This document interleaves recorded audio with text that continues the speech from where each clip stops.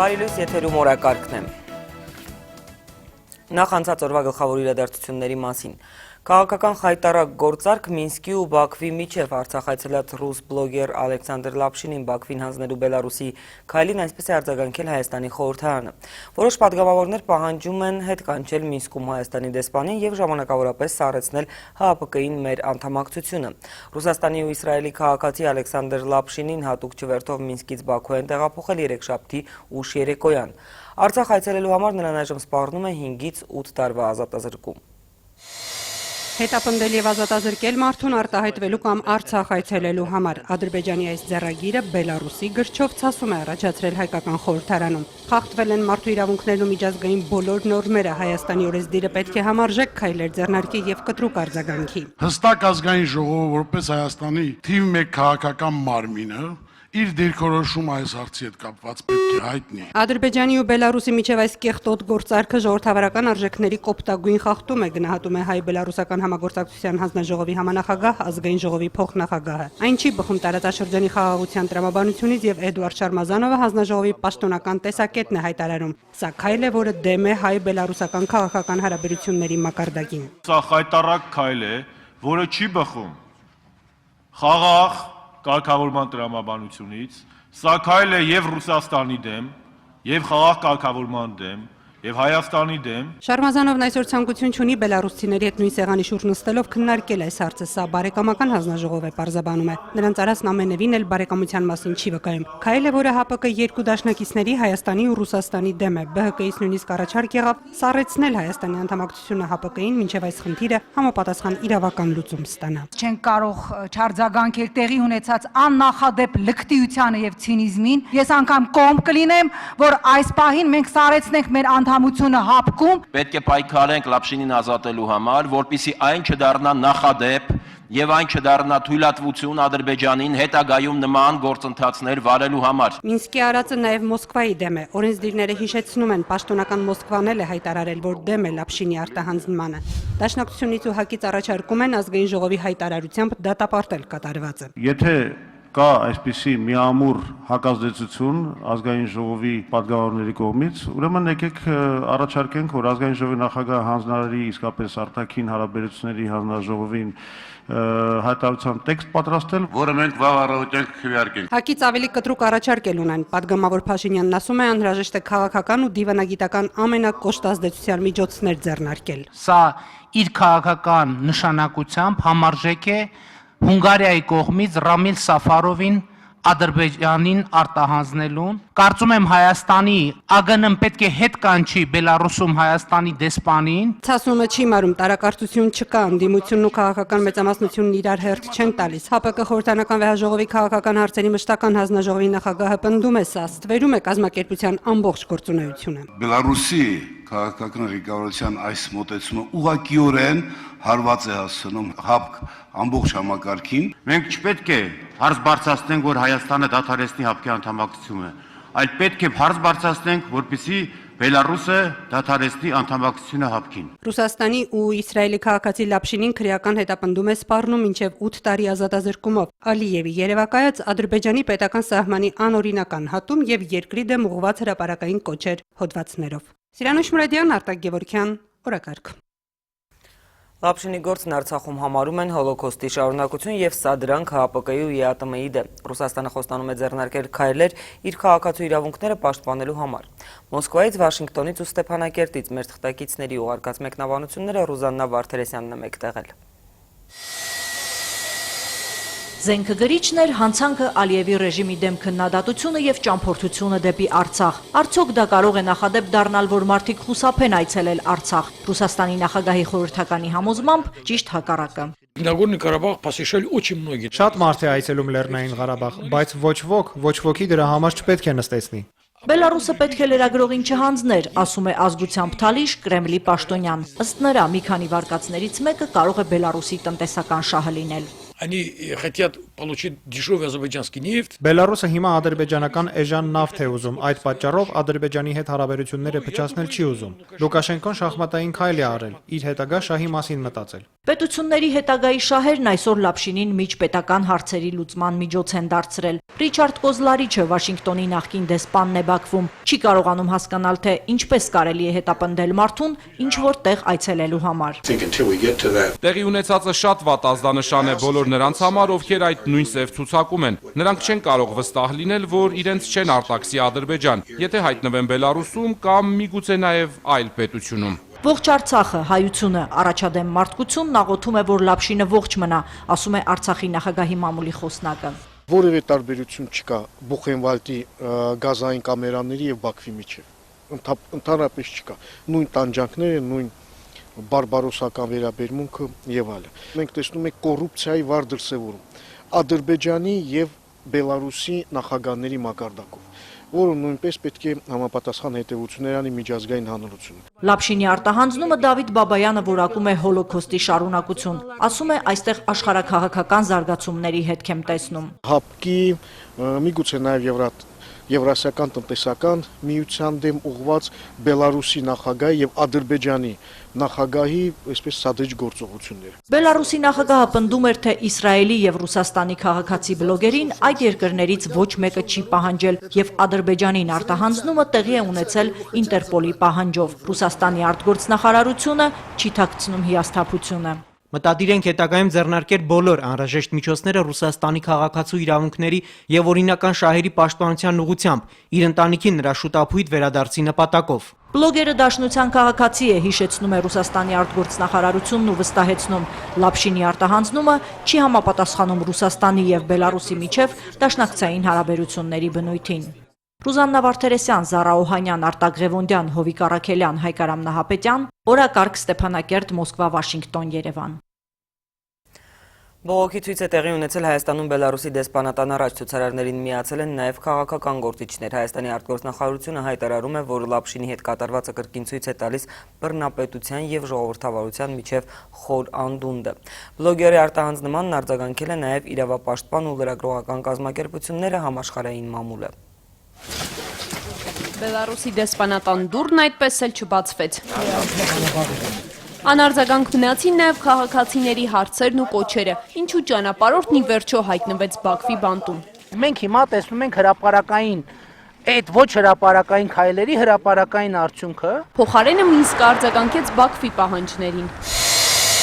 Ձեռնաշխտաներով ոստիկանների ուղեկցությամբ ու խիստ հսկողությամբ Լապշինին հասցրեցին Բաքվի օդանավակայան։ Տեսարանից ապշած Լապշինի կինը Եկատերինան նույնիսկ ծաղրեց ադրբեջանցի իրավապահներին դիմակահանդեսի համար։ Ոչ ոք տեղյակ չէր, թե ինչ է կատարվում իրականում, դուք միայն տեսեք, թե որքան ոստիկաններ կան, նույնիսկ Բեն Լադենին այդպես չէին տեղափոխի, թեև ճանապարհորդն իհարկե ավելի վտանգավոր է։ Զարմանքն ու ծաղրը չեն թաքցնում նաև միջազգային լրատվամիջոցները։ Լապշինի արտահանձնման Բելարուսի որոշումը դարձել է նաև լրագրողների իրավունքներով զբաղվող կառույցների հիմնական թեման։ Լրագրողին չի կարելի զրկել ազատությունից միայն սեփական կարծիքն ունենալու համար։ BBC-ն հեգնելով նշում է. Լապշինը ձերբակալվում է մի երկիր այցելելու համար, որը նրան հետապնդողների համոզմամբ գոյություն չունի։ Գրողը չպետք է հետապնդվի սեփական կարծիքը բարձրաձայնելու համար։ Բելարուսը պետք է ազատ արձակեր Լապշինին։ Հայաստանի արտգործնախարարությունը խոսքի ազատության եւ մարդու իրավունքների կոպտագույն ոտնահարում է որակել Ալեքսանդր Լապշինի հետապնդումն ու արտահանձնումը։ Այն կրկին ի ցույց է դնում բռնապետության եւ ժողովրդավարության միջև առկա խորը անդունդը։ Միանշանակ է, որ քաղաքական, հասարակական, մշակութային գործիչների, լրագրողների, զբոսաշրջիկների հոսքը Արցախ չի կանգնելու, այլ բազմապատկվելու է։ Հավասարակշռությունից դուրս եկած եւ պարզ է իրենց նյարդերը տեղի են տվել եւ փորձում է այլոց հավասարակշռությունից հանել։ Մենք պետք է չտրվենք դրան եւ Ադրբեջանի ջղացին ջուր չլցնենք։ Հայաստանի մարդու իրավունքների պաշտպան Արման Թաթոյանը Եվրամիության հարավկովկասյան հատուկ ներկայացուցչի հետ հանդիպման իր մտահոգությունն է հայտնել բլոգերին Ադրբեջանին հանձնելու որոշման առիթով։ Դա անթույլատրելի բացասական նշանակություն ունի եւ հիմա ել ավելի պետք է ակտիվանան այցերը դեպի Արցախ։ Արցախի օմբուդսմեն Ռուբեն Մելիքյանն էլ հայտարարել է, որ Ադրբեջանին չի հաջողվելու Լապշինի ձերբակալությունը դարձնել իրավական նախադեպ։ Ավելին, Լապշինի գործը դառնալու է հակադարձ նախադեպ, մեծացնելով խոսքի ազատությունն ուսումնասիրող լրագրողների հետաքրքրությունը Արցախի հանդեպ։ Մինսկի հենց այս բանտի խցերից մեկում Լապշինն անցկացրեց 2 ամիս։ Ալիևի բռնապետական ռեժիմը քննադատելու համար նաև օտարերկրացի լրագրողն է հայտնվում ադրբեջանական բանտում։ Լուսին Մկրտչյան, օրակարգ։ Հայաստանի փաստաբանների պալատն ուսումնասիրել է Ալեքսանդր Լապշինի ձերբակալման ու արտահանձնման ժամանակագրությունը։ Գործընթացը ծագել ու իրականացվել է քաղաքական նպատակներով, շրջանցելով ներպետական ու միջազգային իրավական կարգավորումները, պնդում են հայ իրավաբանները։ Լապշինը Մինսկում ձերբակալվել է առանց միջազգային հետախուզում հայտարարելու։ Փաստաբանների կարծիքով Բելարուսը Ալեքսանդր Լապշինին հանձնել է խախտելով միջազգային կոնվենցիայի մի շարք կետեր։ Ըստ փաստաբանների բլոգերին վերագրվող 2 արարքներից մեկը նույնիսկ Ադրբեջանի քրեական օրենսգրքով հանցագործություն չի համարվում։ Խոսքը Ադրբեջանի պահպանվող պետական սահմանը հատելու մասին է։ Պահպանվող եզրույթը ուղղակիորեն հաստատում է, որ տարածքը պետք է գտնվի ադրբեջանական իշխանությունների վերահսկման ներքո։ Մինչդեռ անվիճելի է, որ Արցախի հանրապետության տարածքը չի գտնվում Ադրբեջանի վերահսկման տակ։ Հետևաբար Լապշինը որևէ կերպ չէր կարող խախտել վերոհիշյալ նորմի պահանջը։ Իրավական տեսանկյունից Բելարուսը Լապշինին արտահանձնելու որևէ հիմք չի ունեցել, Armenpress-ին ասել է Արդարադատության նախարարը։ Լապշինին ցուցադրաբար ու թիկնեղ ոստիկանների ուղեկցությամբ օդանավակայանում դիմավորելը չի կարող վախեցնել Արցախ այցելողներին, մինչ Ադրբեջանի ազգային անվտանգության ծառայությունն ավելանում են սև ցուցակներով թղթապանակները, Արցախը բացահայտել է ցանկացողների թիվը բազմապատկվում է։ Ավելին, այդ ցուցակում հայտնվածները Արցախ այցից հետո ոչ միայն չեն զղջում, այլև ձգտում են դարձյալ լինել այնտեղ։ Բաքվի սև ցուցակը տարեց տարի աճում է Արցախ ոտք դրածների անուններով, 25 պետությունների ավելի քան 600 քաղաքացի Ադրբեջանում պերսոնա նոն գրատա է։ Բաքվին անցանկալի մարդկանցից 180-ը լրագրողներ են, նրանցից 20-ը 2016 թվականին պաշտոնապես ներողություն է խնդրել առանց Բաքվի թույլտվության Արցախ այցելելու համար։ Ցուցակում հայտնվածները Եվրախորհրդարանի, Ֆրանսիայի, Մեծ Բրիտանիայի, Շվեյցարիայի եւ Ուրուգվայի խորհրդարանականներ, Միացյալ Նահանգների սենատորներ, տարբեր երկրների կառավարության անդամներ, գիտնականներ, լրագրողներ, լուսանկարիչներ, ճարտարապետներ ու քանդակագործներ, նկարիչներ եւ երգիչներ են։ Արցախը սիրելու պատճառով 4 կանանց առաջ եւս փակվեցին Բաքվի դռները։ Անգլիայի Լորդերի պալատի նախկին փոխխոսնակ բարոնուհի Քերոլայն Քոքսը, Եվրախորհրդարանի անդամ Միշել Ռիվազին, օպերային մեգաաստղեր Մոնսերատ Կաբալյան ու Լյուբով Կազարնովսկայան Արցախյան այցելությամբ դարձել են Բաքվի աչքի փուշը։ Պատվարժան կանայք, եթե ադրբեջանական ճնշումների չի ենթարկվեն էլ, առնվազն Բաքու չեն կարող գնալ։ Բաքվի սև ցուցակն առանցքական է, անընդհատ համալրվում է, միայն թե դրանից Արցախ այցելողների հետաքրքրությունը ել ավելի է մեծանում։ Ադրբեջանի սև ցուցակում հայտնվածները չեն զղջում, ավելին Բաքվի պերսոնա նոն գրատա կարգավիճակ ունեցողները, հայտնի արվեստագետներ, քաղաքական գործիչներ ու փորձագետներ հասարակական կարծիք են ձևավորում։ Արցախ այցելելու Բաքվի արգելքից միայն աճում է հետաքրքրությունը իր անկախությունը չզիջող ժողովրդի հանդեպ։ Լիանա Կարապետյան, օրակարգ։ Բաքվի ագրեսիան սահմանին ավելանում է յուրաքանչյուր կարևոր հանդիպումից առաջ, հիշեցնում է Կիրո Մանոյանը։ Հոյդա Հայդատի եւ քաղաքական հարցերի գրասենյակի պատասխանատուն ասել է նաեւ, որ Արցախյան հարցի լուծման մեջ բեկում հնարավոր չէ մինչեւ խորհրդարանական ընտրությունները։ Երեք գիշեր սահմանին կրկին լարված էր։ Ինչ սպասել միջազգային կառույցներից։ Անգերջ ես ոչինչ էլ չեմ ակնկալում։ Նույն քայլերն են, ինչ որ Ադրբեջանից ակնկալվում է ամեն անգամ, երբ խոսվում է, որ տեղի ունենան Ադրբեջանի եւ Հայաստանի արտգործնախարարների կամ նախագահների հանդիպումներ։ Հատկանշական է, որ սա տեղի է ունենում այն ժամանակ, երբ Ադրբեջանի նախագահը Բրյուսելում է Եվրամիության հետ գործակցության քայլեր մշակելու նպատակով։ Մինչեւ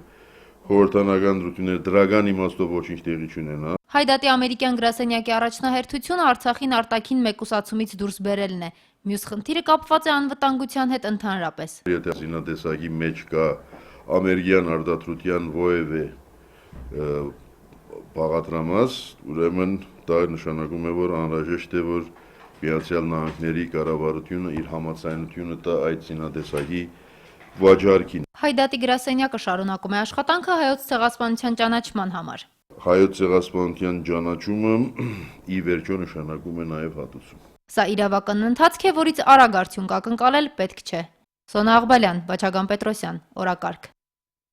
Չնայած հարցի ակնհայտ քաղաքական ենթատեքստին Ադրբեջանը պնդում է, որ Լապշինի գործը զուտ իրավական է, ըստ ՏԱՍ-ի պաշտոնական Բաքուն հայտարարում է, թե Լապշինին առանց Ադրբեջանի թույլտվության անօրինական այց է կատարել Բաքվի ձևակերպմամբ օկուպացված տարածքներ, այս կերպ Բաքուն հակասում է նույնիսկ ինքն իրեն եւ փորձում իրավական քողի տակ ներկայացնել խոսքի ազատության դեմ հերթական քաղաքական բռնությունը։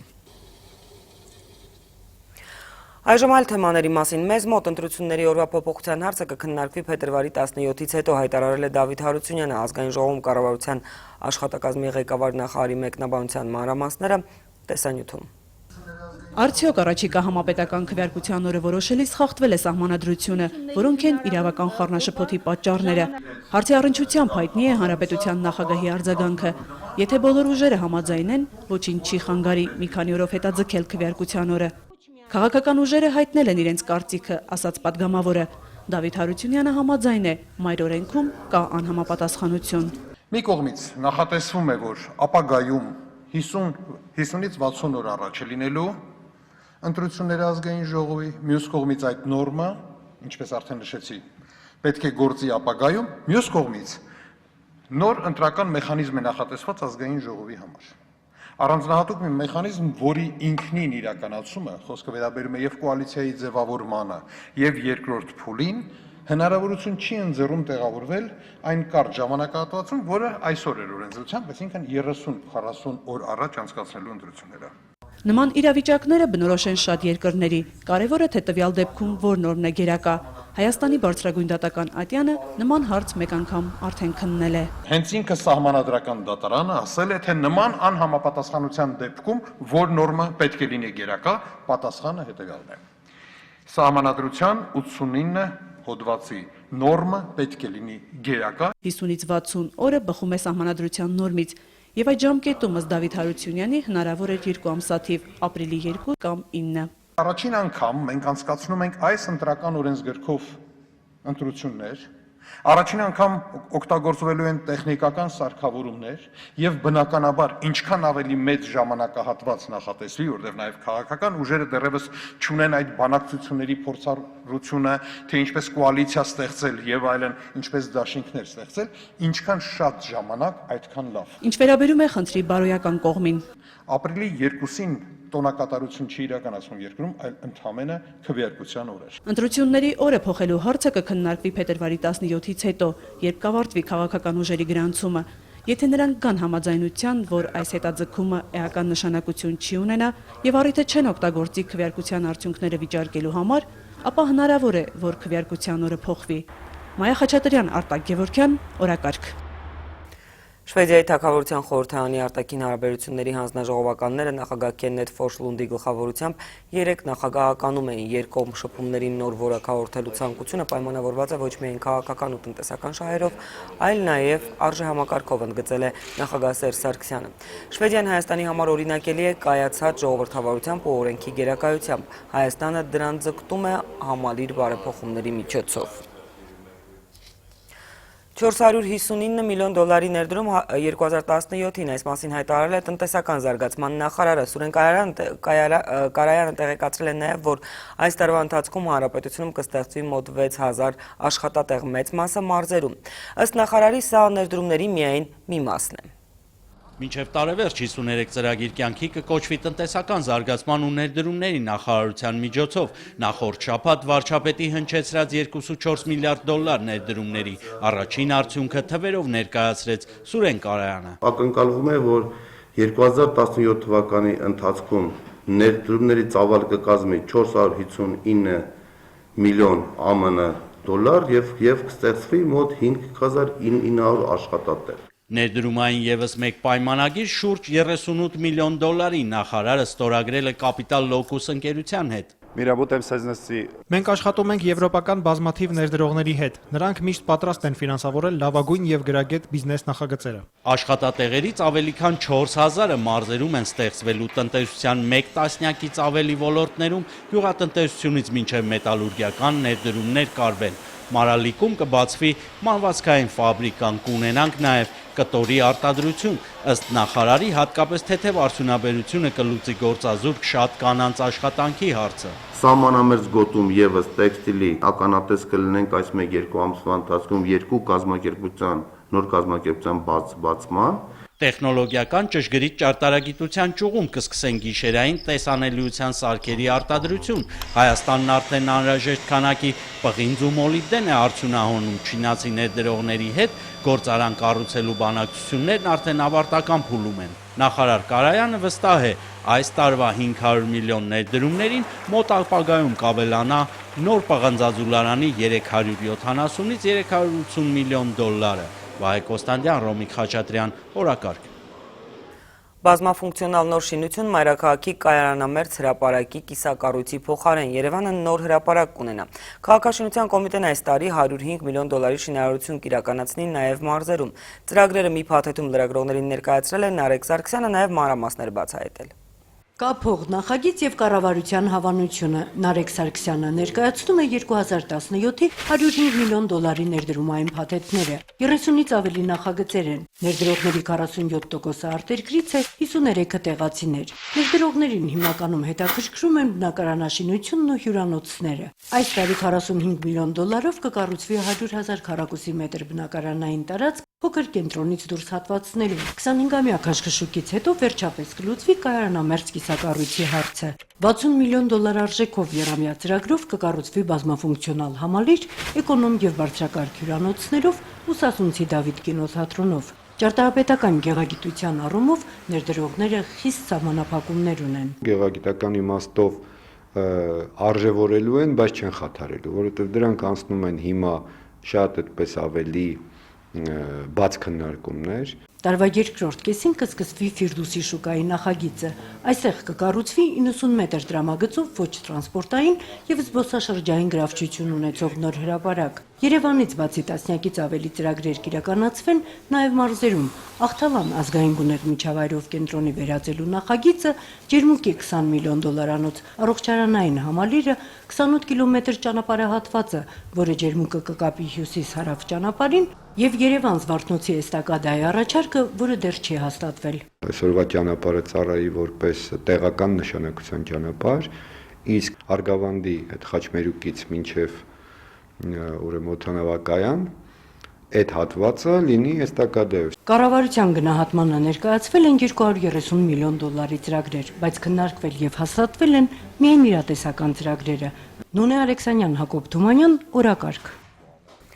Նորավանքին նոր շունչ տանք, մտածենք ինչպես ավելի կիրառական արդյունք տալ։ Նորավանք գիտակրթական հիմնադրամի հոգաբարձուների խորհրդի հետ հանդիպմանն ասել է վարչապետ Կարապետյանը։ Նորավանքը 2016-ին տեղեկատվական անվտանգության բարձրացման համար է շատ աշխատել։ Հայաստանի, Արցախի ու միջազգային փորձագետների ներգրավմամբ պատրաստել են ձեռնարկ եւ բառարան, ամսագրեր են հրատարակվել։ Կանե Կարապետյանն առաջարկել է համագործակցել եւ ռազմավարական նախաձեռնությունների կենտրոնի հետ նոր առաջարկություններ մշակել։ Իդեպ վարչապետի պահանջով պետգույքի վարչությունը 3 գաղտնազերծել է պետությանը ֆռացրած տնօրեններից առաջինի անունը։ Գագիկ Կաֆյան, նա այնպես է ղեկավարել Երևանի ոսկերչական գործարանը, որ թանկարժեք այդ բիզնեսը վերջին 3 տարիները փակել է առանց շահույթի։ Ձախորդ մենեջերը փետրվարի 1-ին աշխատանքից ազատվելու դիմում է գրել, գործարանն էլ հայտնվել է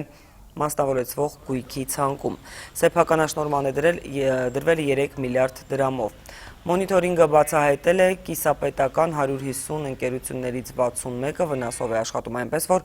պաշտոնանկություններ դեռ կլինեն։ Հաջորդ անունը հավանաբար հաջորդ շաբաթ կիմանանք մնացած 3 ընկերությունների կամ այլ ընկերությունների անուններ։ Արմավիրցի 4 օրեկան նորացնի մահվան փաստով դատախազությունը քրեական գործ է հարուցել, չնայած ծնողները բողոք չեն ներկայացրել։ Եթե բժիշկները պարտականությունները կատարելիս թերացել են, մեղադրանքը հանրային է եւ էական չէ տուժող կողմը բողոքում է, թե ոչ, պարզաբանել է դատախազը։